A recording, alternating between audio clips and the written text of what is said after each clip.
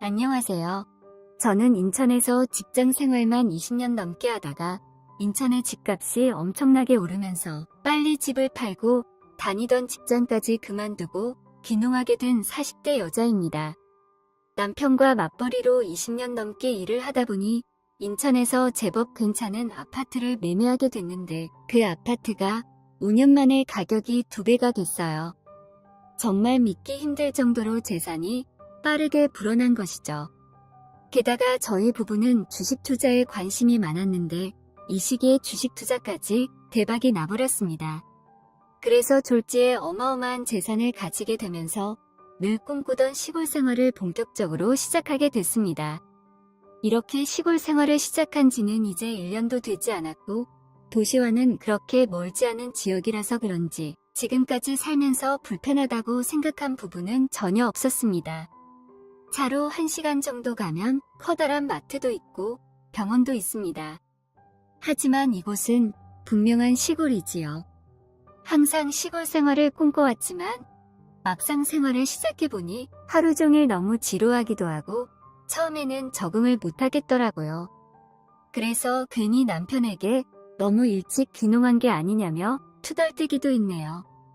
그래도 맑은 물과 맑은 공기를 마시며 여유롭게 독서도 하면서 살다 보니 정서적인 부분이 많이 안정화되면서 차차 시골 생활에 적응이 돼가더라고요. 하지만 항상 이렇게 집안에서만 생활할 수는 없겠다고 생각한 저는 조그만 비닐하우스를 마련해서 간단하게 상추와 파를 심어보기로 했어요. 이렇게 쉬운 것부터 농사를 시작해보면 나중에는 난이도가 제법 어려운 과일 쪽도 도전해볼 수 있겠다는 생각을 했거든요. 나중에는 주렁주렁 열린 포도를 보면서 행복하게 미소 짓는 제 미래를 꿈꾸기도 했습니다. 아무래도 농사를 처음 하다 보니까 모르는 게 워낙에 많아서 마을 주민들이 많이 도와주셨는데 특히나 이장님이 많이 도와줬어요. 이곳의 이장님은 생각했던 이장님의 모습과 많이 달랐습니다. 보통은 나이가 가장 많고 마을에서 가장 오래 살았던 사람이 이장을 맡는 경우가 많은데 이 마을의 이장은 나이가 생각보다 어렸습니다. 저희 부부와 동년배였어요. 이야기를 좀 나눠보니 자기 아버지와 할아버지가 이 마을의 터줏대감이었고 굉장히 유명한 땅 부자였다고 하더라고요. 마을 사람들에게 돈을 빌려주거나 곡식을 빌려주기도 하고 경운기나 트랙터를 빌려주는 경우도 많았다고 해요.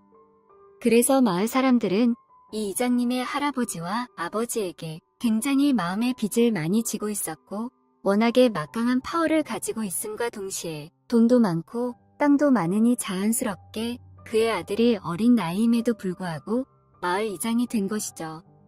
정말 대단한 집안이라고 생각했어요. 이 마을의 땅 대부분이 이장님의 할아버지와 아버지로부터 물려받아 현재 이장님이 다 가지고 있다고 생각하니까 괜히 그때부터 더 멋있어 보이더라고요. 게다가 외모도 상당히 준수해서 시골 사람이라는 느낌이 들지 않았습니다. 저희 부부가 도시에서 왔다니까 잘 적응할 수 있게 가장 많이 도와줬던 것 같아요. 저희 집 근처에 사시는 이장님은 먹을거리를 잔뜩 챙겨와서 저희 부부에게 주기도 하시고 비닐하우스에서 작업할 때 부족한 물품이 생겼을 때 바로 빌려다 주기도 하면서 여러모로 참 감사한 행동을 많이 해주셨던 분이었습니다. 어느 날은 일을 마치고 와서 남편과 저랑 이장님 이렇게 셋이 찬을 먹고 있었어요. 그날은 이장님이 시원한 막걸리도 가져오셨는데 이런 게 바로 시골의 맛이라며 서울에서 느끼기 힘든 분위기에 취해보자며 준비를 해주셨더라고요. 이장님 말씀대로 찬과 막걸리는 도시에서 쉽게 맛볼 수 없는 진정한 한국의 맛이 느껴졌어요. 막걸리를 몇 잔 마시다 보니 흥이 오른 이장님은 숟가락을 마이크 삼아 구수한 노래 실력을 뽐내더라고요. 휴대폰으로 뽕짝 노래 반주를 준비해서 틀어놓고 구수하게 노래를 부르는데 지나가던 동네 어르신들도 한두 분씩 참석해서 다 같이 노래를 부르며 흥겹게 놀았습니다. 6시 내 고향 같이 TV에서나 본 것 같은 그런 시골의 모습이 정말 눈앞에서 펼쳐지니까 너무 신나고 재밌더라고요. 이장님은 저희와 동년배임에도 불구하고 자기보다 20살, 30살 많은 동네 할아버지, 할머니 사이에서도 전혀 꿀리지 않는 카리스마를 뿜어냈고 어떤 사람들과도 서슴없이 잘 지내더라고요. 왜 이 사람이 이 마을의 이장이 됐는지 확실하게 느껴지는 대목이었다고나 할까요? 사실은 굉장히 놀랐습니다. 이런 사람은 직장 생활을 했어도 정말 잘했을 거라는 생각이 들더라고요. 아마 최연소 임원 정도는 되지 않았을까 싶어요. 그리고 알고 보니 저희 남편이 해병대 출신인데 이 이장님도 해병대 출신이더라고요. 제가 여자라서 잘 모르지만 군 생활을 했던 지역이나 소속이 완전히 똑같다면서 남편이 선배님이라고 부르더라고요. 남자들은 참 이상한 문화를 가지고 있는 것 같지만 아무튼 보기에는 좋았습니다. 그 뒤로도 남편은 이장님이 더욱 친숙해졌는지 형님처럼 잘 따르더라고요. 시골 민심 좋다는 말이 여기에 와서 제대로 느끼게 된 것 같고 이런 걸 느낄 수 있게 만들어준 이장님한테 늘 감사한 마음을 가지고 있었습니다. 어느 날은 이장님이 저희 비닐하우스에 놀러 오셨는데 부인도 같이 오셨더라고요. 이장님 아내분도 시골 생활을 오래 하셔서 그런지 이장님처럼 피부가 거뭇하게 그을리셨는데 그래도 미모가 좋으시더라고요. 이장님 아내분은 또 알고 보니 강아지도 많이 키우시고 완전히 동물 애호가라고 하더라고요. 저도 동물을 좋아하고 특히 강아지나 고양이를 참 좋아하거든요. 저와 성향이 비슷해서 금방 친해지게 된 것 같아요. 그렇게 저희 부부와 이장님 부부는 금방 친해지게 되었고 같이 커피도 마시고 서로의 집도 오가는 사이가 되었어요. 그래서 전 이장님 아내분을 언니라고 부르며 잘 따르게 됐습니다. 확실히 시골 생활을 오래 하신 분들이 농사를 짓는 기술이 보통이 아니더라고요. 정말 놀랐습니다. 저랑 남편이 하면 끙끙거리면서 1시간이 걸릴걸 이분들은 10분 만에 후다닥 다 해버리고 뭔가 잘못한 게 있으면 보자마자 바로 잡아주시더라고요. 그런 모습을 보고 베테랑이라고 느껴졌습니다. 그런데 어느 날 저는 이장님의 아내분인 사모님과 함께 강아지 산책을 시키고 있었을 때였어요. 저희 강아지와 사모님네 강아지는 모두 진돗개인데 둘은 또 만나면 어찌나 잘 노는지 보기가 좋더라고요. 평소처럼 목줄도 없이 자유롭게 마을 한 바퀴를 돌고 있는데 저희 둘이 의자에 앉아 웃고 얘기하는 사이 우리 집 개 진돌이가 없어진 거예요. 얘기 중이라 뒤늦게 알았는데 한참이 지나도 안 오더니 그러다가 개장수한테 잡혀가기라도 할까봐 너무 걱정이 되더라고요. 그래서 집에 있는 남편을 불러 함께 찾으러 가자고 말하니 사모님은 본인이 마을 지리를 잘 아니 같이 가준다고 하더라고요. 그러면서 혹시나 걔가 집으로 돌아올지도 모르니 제 남편과 함께 찾으러 돌아다니고 저는 집에서 기다리고 있어라고 하더라고요. 그렇게 집으로 와서 1시간을 기다렸는데도 소식이 없자 발만 동동 구르다가 남편에게 전화를 걸었는데 전화를 안 받는 거예요. 그래서 사모님한테도 전화를 해봤는데 사모님도 전화를 받지 않더라고요. 둘 다 전화를 안 받으니 뭔가 이상하다는 생각이 들었는데 제 신경은 온통 없어진 진돌이 걱정뿐이어서 남편이 뭘 하고 있는지는 뒷전이었어요. 안 되겠다 싶어서 이장님께 전화를 하고 둘이 만나서 온 마을을 헤매기 시작했습니다. 한참을 둘러보는데 뒷산에서 언니와 남편이 내려오더라고요. 그리고 잃어버렸던 우리 집 진돗개도 옆에 있는 걸 봤습니다. 그런데 그 둘은 저와 이장님을 보고 흠칫 놀라는 것 같더라고요. 당황한 것 같은 그 두 사람에게 왜 이렇게 전화를 안 받냐고 물었지만 우리 집 강아지 찾으러 다니다가 사모님네 강아지까지 잃어버릴 뻔했다면서 다행히 뒷산에서 2마리 다 찾아서 전화 주려던 참이었다고 하더라고요. 그런데 옆에 있던 이장님은 표정이 아주 좋지 않더니 사모님에게 다음부터는 따로 다니지 말라고 버럭 화를 내더라고요. 이장님도 언니가 늦게 돌아다니니 걱정이 되었던 모양이었어요. 그런데 나중에 알고 보니 언니에 대한 관심이나 걱정이 아니었더군요.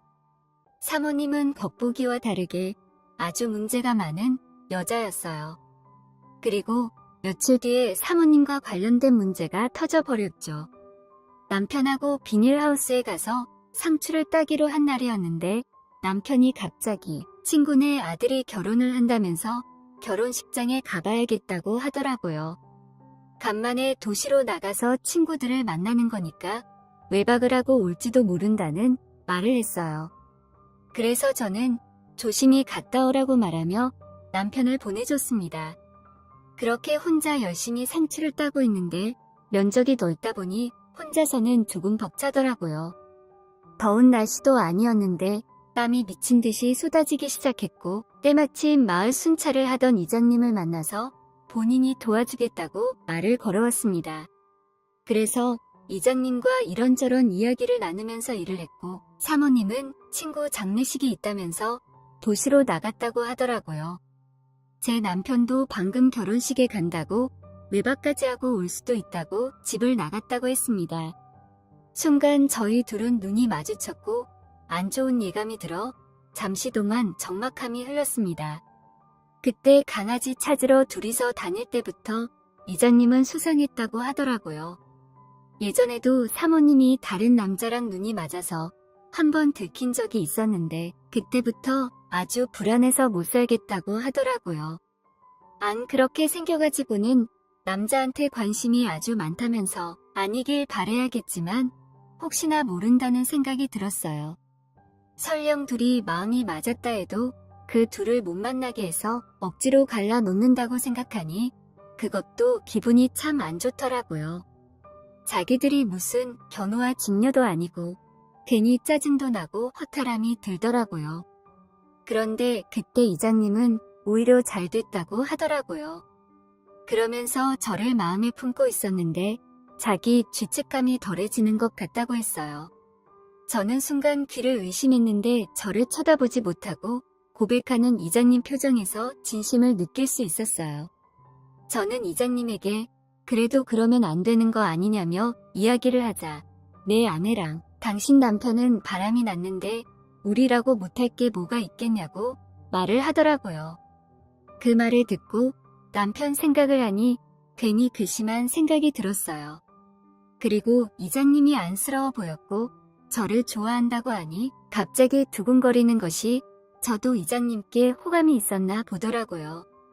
저를 쳐다보던 이장님이 가까이 다가왔고 어두워지는 비닐하우스 안에서 저희 둘은 구석으로 가서 사랑을 나누었습니다.